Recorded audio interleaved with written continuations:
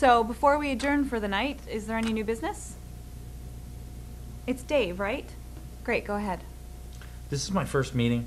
I've been working here for nearly 2 years, but a few weeks ago I was told I wasn't a member. So Kim convinced me to sign a card and gave me this member benefits guide. I'm just wondering what's going on and why Kim is coming to me 2 years later. I can give you a little bit of background on that, Dave. What happens, Dave, is if for any reason you didn't sign a membership card when you first started, you're automatically an agency shop fee payer.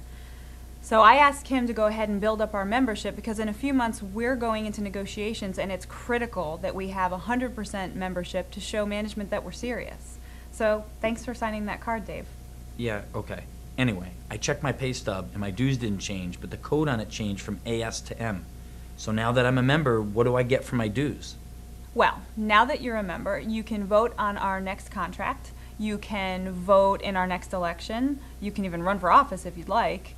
I can tell you that it goes towards representation should we need assistance. It pays our dues to AFSCME, our national union, and it pays for programs available to members. The way it was described to me is that our union provides 3 major functions: representation, organizing, and political action. Does that help answer your question, Dave?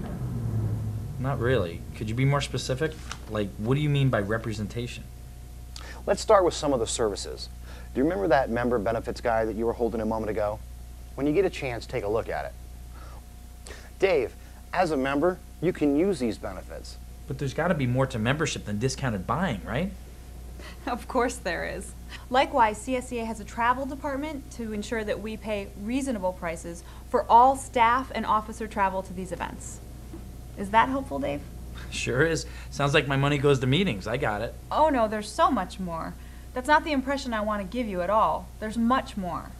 Okay, so we have a specialist assigned to us. How come we don't see him? Oh, he comes by. I see him every once in a while. But truth of the matter is, unless you've had a case, you're not going to know who he was. But I know that we're not the only unit that he helps. Our labor relations specialist told me to watch out for these sort of things. He thinks that since I'm new, management will try to take advantage of that, but I'm not going to let them. Dave, you really sparked a great conversation. Remember the time that Jim fainted in the garage? We had spilled some fluids from the trucks, and the smell was just awful, even for the garage.